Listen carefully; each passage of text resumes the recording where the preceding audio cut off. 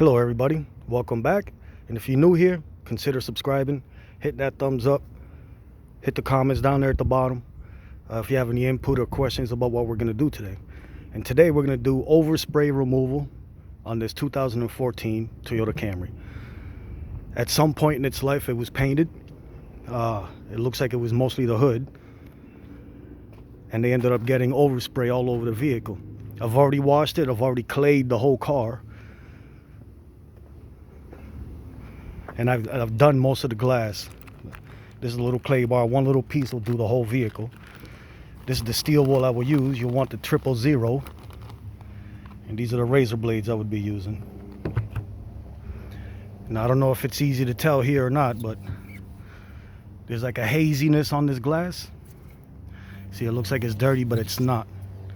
See if I can see how I'm wiping it and nothing's going anywhere. That's the overspray. That was all over this vehicle. So I saved the trunk and the glass for last, just so I can show you guys. So let me get this trunk ready for clay, and I'll get back to you guys. I'll show you how I handle that. All right, the purpose of using this clay is to get any contaminants or any fallout. That's what they call fallout, you know, brake dust and stuff that's in the atmosphere that sticks to your finish. Also, if I can get a good shot of it, there's a couple little spots here that are hard to get out. That'll come out with the clay. And you want this cool and in the shade. I don't have that luxury, so I'm just going to keep it moist. There are certain lubricants you can use for this, but I just use regular water. So let me get this hosed off and cool down and get back to it. All right, I've got it nice and wet. You just pretty much hit the clay up like this. This is how you'll get that nice smooth finish for when you wax. You want to work little areas at a time. You'll know you got it because it'll go from rough to smooth. But I like to go in opposite directions, make sure I got everything, because I'm trying to get rid of overspray also.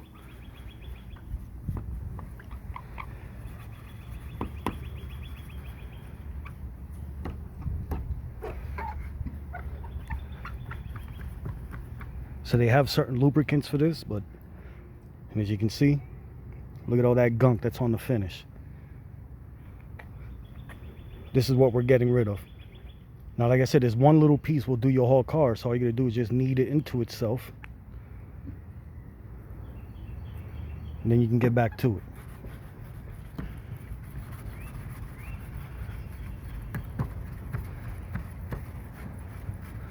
I'm already halfway through this trunk. See how dirty it is? I don't know if you guys can tell. There's a lot of fallout, and I can feel the overspray coming off it. You won't find this in a regular store. You may want to check this out online. I get this from my commercial supplier. It's the second harshest. There's a red and the purple. Purple's like a medium, and the red's the most harsh. That's for really bad overspray and contaminated vehicles. And the goal is to keep it wet and keep it moving. You can see it's not coming up with any more. So let me finish off this trunk. There's only a little bit left, and then I'll get to the glass and I'll show you how I get rid of the overspray on that. All right, trunk's all clayed up, nice and smooth, nice and clean. Now we're on to the overspray on the glass. Try to get you a straight razor or a straight edge, single edge razor.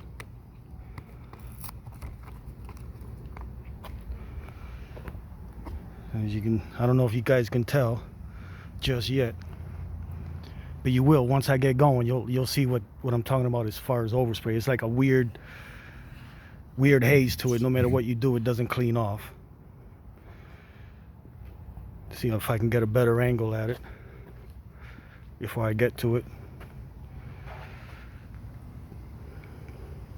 Yeah, you really can't tell just yet. But if you see, it's not exactly black. And there you go.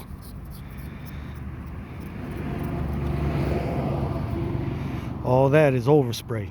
that I'm scraping off the glass.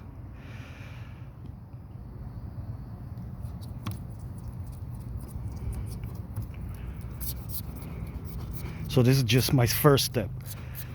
I'll hit the whole glass with the razor, being careful not to scratch the paint or any of the rubber trim that'll be in your glass.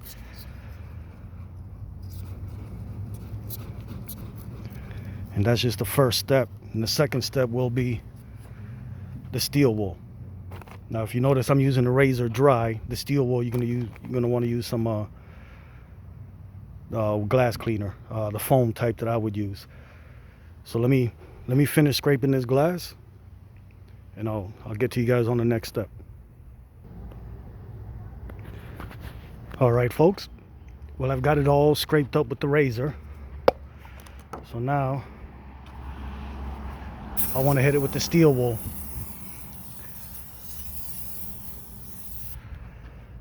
As you can see, it's 000.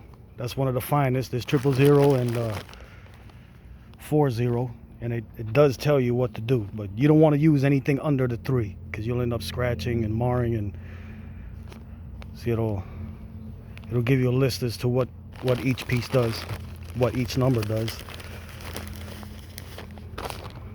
Now with this, you're just cleaning up what the razor didn't get.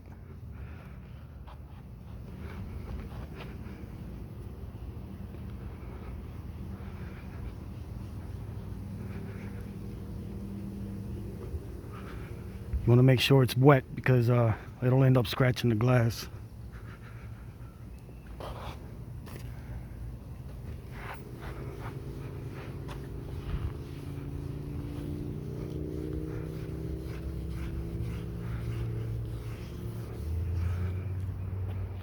See, nice and shiny, no weird marks. You can even see where you didn't, where I didn't wipe down. So, or should I say, where I missed with the razor.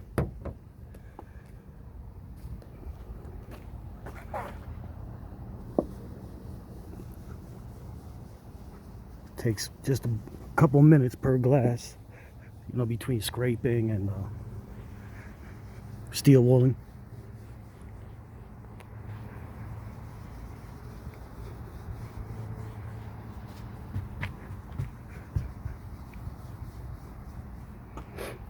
So I've already gone around the whole car. I just wanted to show you guys this little part here.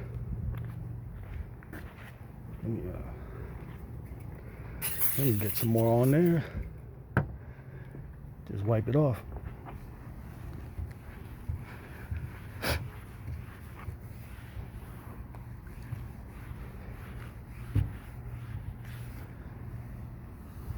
Like new. I mean, between scraping and steel wooling, maybe 5 minutes for this piece of glass.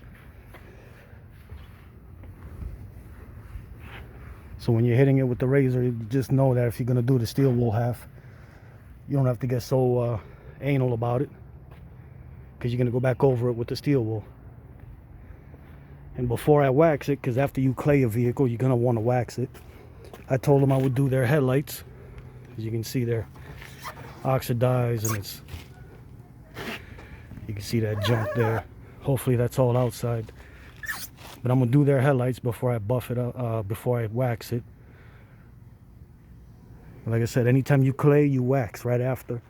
Use a nice carnauba, whatever you prefer. I don't have enough going on this channel to endorse anybody specifically.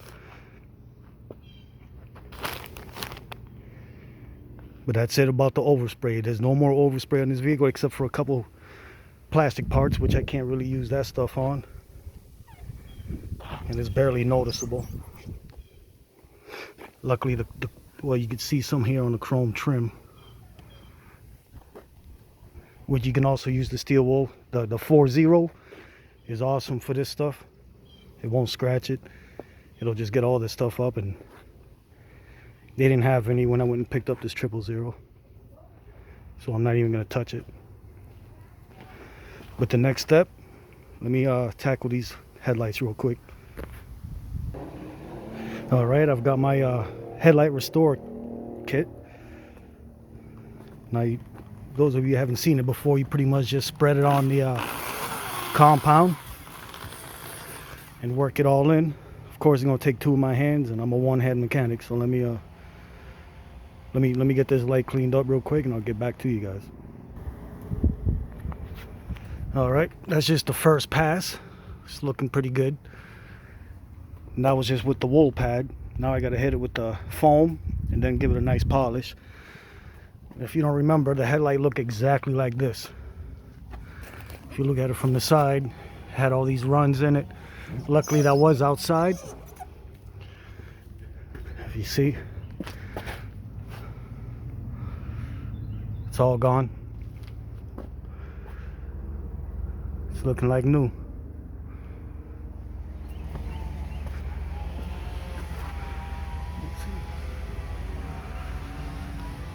But that's about it for this one, guys. I'm gonna do the other headlight, give it a nice wax, and ship it off to the customer. And I appreciate you guys' time. Thank you for coming by.